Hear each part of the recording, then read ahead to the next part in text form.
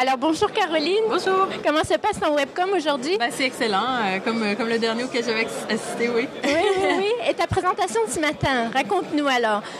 Écoute, c'était ma première présentation dans le domaine, en fait, donc un peu de nervosité, mais en même temps, j'adore ce qu'on fait chez nous, donc j'étais vraiment contente de pouvoir expliquer et présenter, puis j'aime beaucoup les études de cas aussi, puis aussi une présentation comme aujourd'hui, ça me permet de faire une présentation différente de celle que je fais à des clients aussi, d'aller peut-être un peu au-delà dans l'analyse des thèmes et tout ça, donc oui, ça s'est bien passé. Ben oui, comment tu as trouvé la réaction du public par rapport à ta mesure finalement de l'influence dans les médias sociaux? Oui, ben écoute, j'ai beaucoup aimé les questions. Une question en particulier sur l'audience, quand on va mesurer dans les médias sociaux, qui nous répond finalement, parce que comme on est habitué à monitorer et à mesurer par des sondages ou des focus groups, on est habitué de vraiment bien segmenter les gens qui nous répondent, puis choisir aussi des types de personnes qui nous répondent. Mais ce qui est intéressant avec disons, l'investigation des médias sociaux, c'est que la conversation est spontanée sur les blogs, par exemple, sur Twitter.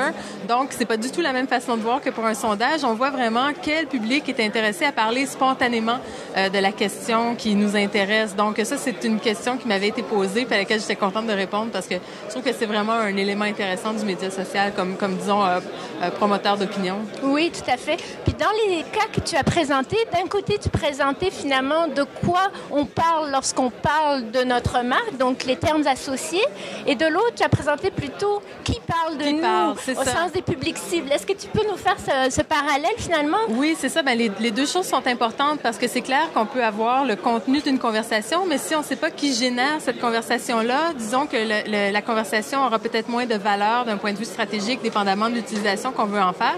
Mais d'un côté, donc, voir les concepts qui sont utilisés pour parler d'une entreprise, c'est super intéressant parce qu'on voit, disons, je ne sais pas si les concepts sont très professionnels. Est-ce que ça veut dire que les gens nous perçoivent de façon, disons, très professionnelle ou parlent de nous seulement dans des termes qui sont peut-être un peu contraints. Donc, il y a pas c'est pas vraiment une conversation qui serait spontanée ou libre ou une conversation de tous les jours, si on veut. Et de l'autre côté, c'est ça. Puis c'est comme ça quand on analyse tous les concepts. Puis aussi, on peut voir vraiment avec ce qu'on fait les grappes de discussion. Donc, quelles discussions ressortent le plus? Ça aussi, c'est vraiment intéressant. Est-ce que la moitié de la discussion à notre sujet concerne des questions financières, par exemple, ou des questions de promotion, des questions etc.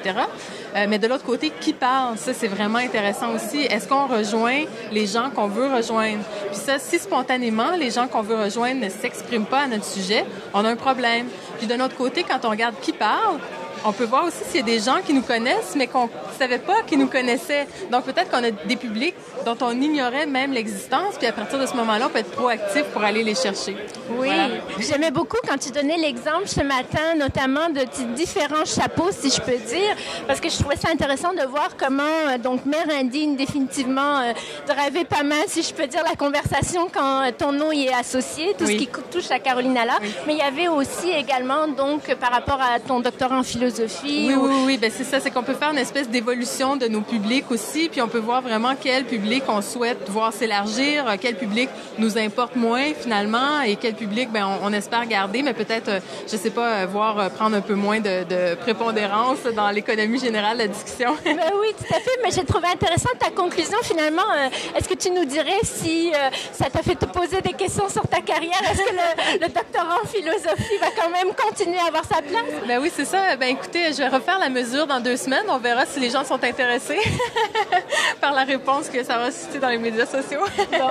Mais un gros merci en tout cas, c'était fort intéressant. Merci. À la prochaine, Caroline. Bonne fin de journée. Merci.